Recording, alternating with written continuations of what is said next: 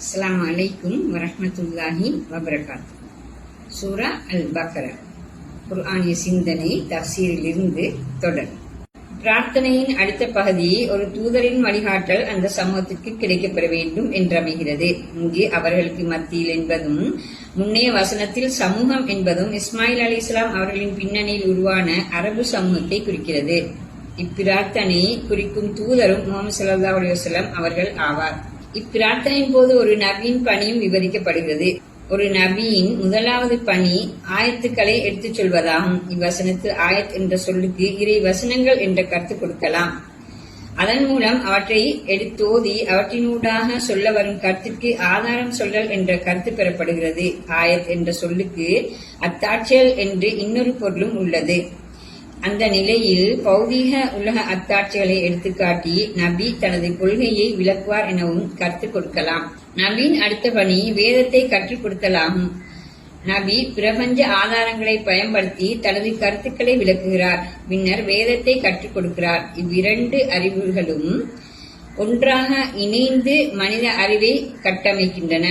இவ்வாறு மனிதன் அறிவு நிலையில் உயர்ந்து ஆழ்ந்த அறிவும் ஞானமும் பெற்றவனாக மாறுகிறான். இதனையே இங்கு அல் குர்ஆன் ஹிக்மா என்கிறது. அல் குர்ஆனை ஆழ்ந்து புரிதல், இறை கட்டளைகளை அவற்றிற்கான காரணங்களோடும் இலக்குகளோடும் ஆய்ந்து அறிதல் என்பனவையே ஞானம் ஹிக்மா எனப்படுகிறது. இவ்வாறான அறிவு நிலையை கொண்டோரை உருவாக்குதல் நபியின் இரண்டாவது பணி என இவ்வசனம் விளக்குகிறது. தஸ்கியா என்ற உடல் தூய்மைக்காக பயிற்றுவித்தல் நபியின் அடுத்த பணியாகிறது.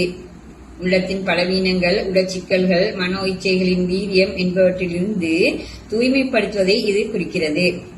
எக்கலப்படமுமற்ற இறை நம்பிக்கை, இறை தொடர்பு, பாவச் செயல்கள், விதிவிலக்காகிவிட்ட மனநிலை, மனச்சிக்கலிலிருந்து விடுதலை பெற்றிருத்தல் என்பவற்றை உள்ள போராட்டம் பயிற்றுவித்தல் ஊடாக சாதிப்பதையே இப்பிரயோகம் குறிக்கிறது. இவ்வாறு இங்கு விளக்கப்படுகின்ற உன்னத சமூகத்தை உருவாக்க முடியுமா?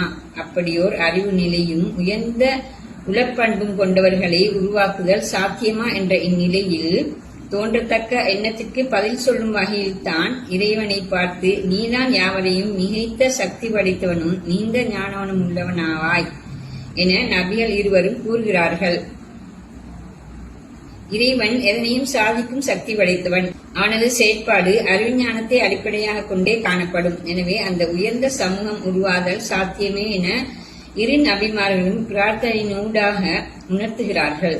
அல் குர்ஆன் வரலாற்றில் இந்த உண்மைகளை விளக்கும் போது மக்கா, அதாவது கஅபா என்ற புனித ஆலயத்தை மையமாக கொண்டதொரு சமூகம் உருவாகப் போகிறது என்ற கருத்து தெளிவாகிறது. நபிமார்களது வரலாற்றில் இறை தூதர் ஸல்லல்லாஹு அலைஹி வஸல்லம் அவர்களது காலத்தில் தான் மிக உன்னதமான சமூகம் ஒன்று உருவாகியது. அதனை கனவு கண்டு அதற்கான முன்னேற்பாடுகளை செய்தவரே இப்ராஹிம் அலைஹிஸ்ஸலாம் ஆகிறார். இப்ராஹிம் அலைஹிஸ்ஸலாம் அவர்களின் தலைமை கஅபா என்ற மக்கள் மனதை திரும்ப திரும்ப அழைக்கும் ஆலயம், வளம் நிறைந்த மக்கா நகர், வணக்க வழிபாட்டுக்காக கஅபாவை தூய்மைப்படுத்தும் பொறுப்பு கொடுக்கப்படல், இறுதியில் இப்ராஹிம் அலைஹிஸ்ஸலாம், இஸ்மாயில் அலைஹிஸ்ஸலாம் என்போரின் பிரார்த்தனை என்ற இவை அனைத்துமே இறை தூதின் இந்த புதிய வடிவத்தினை விளக்கின. இப்ராஹிம் அலைஹிஸ்ஸலாம் யூதர்கள், கிறிஸ்தவர்கள், அரபிகள் அனைவருக்கும் பொதுவான தூதர். அவரை இங்கே கொண்டு வந்து இக்கருத்தை விளக்கியமே தூது கைமாறுவது பற்றிய இப்பிரச்சினையை வரலாற்று தர்க்கத்தின் ஊடாக விளக்கியதாகிறது.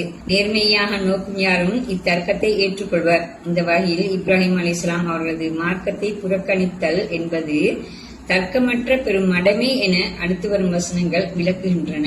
இன்ஷா அல்லாஹ் அடுத்த வீடியோவில் சந்திப்போம். அஸ்ஸலாமு அலைக்கும் வரஹ்மத்துல்லாஹி வபரகாத்துஹு.